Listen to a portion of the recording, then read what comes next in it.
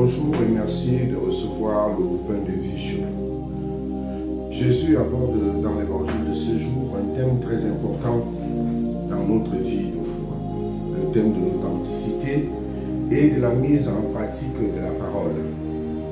Ce n'est pas en disant Seigneur, Seigneur, dit Jésus, qu'on entrera dans le royaume des cieux.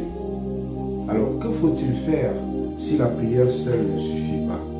Si les belles paroles seules ne nous donnent pas accès au royaume des cieux?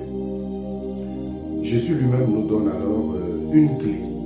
C'est en faisant la volonté de mon Père qui est aux cieux, en mettant en pratique sa parole et ses enseignements. La foi ne se limite pas donc aux bonnes paroles, à des expressions pieuses ou une simple adhésion intellectuelle. La foi est une rencontre avec un homme, ce qui exige une vie qui se manifeste par des actes concrets.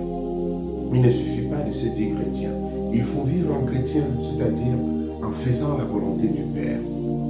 Et quelle est cette volonté du Père? Cette volonté nous est révélée dans les Saintes Écritures. Aimer Dieu de tout son cœur, de toute son âme et de tout notre esprit. Et aimer son prochain comme nous-mêmes. C'est dans cet amour qui se traduit en actes de justice, de miséricorde, de pardon et de service que se manifeste notre véritable appartenance au Christ. Nous devons alors être des hommes et des femmes qui incarnent leur foi, qui donnent à leur foi un visage dans la vie de chaque jour. Nous ne devons pas limiter notre vie de foi aux belles prières, sans acte, sans cohérence entre notre foi et notre vie quotidienne.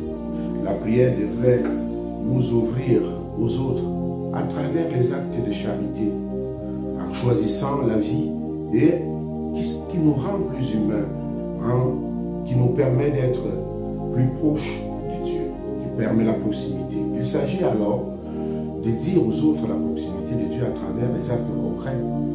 C'est pour nous là une invitation à mettre en pratique la parole et le commandement nouveau. Seigneur, donne-moi de produire de bons fruits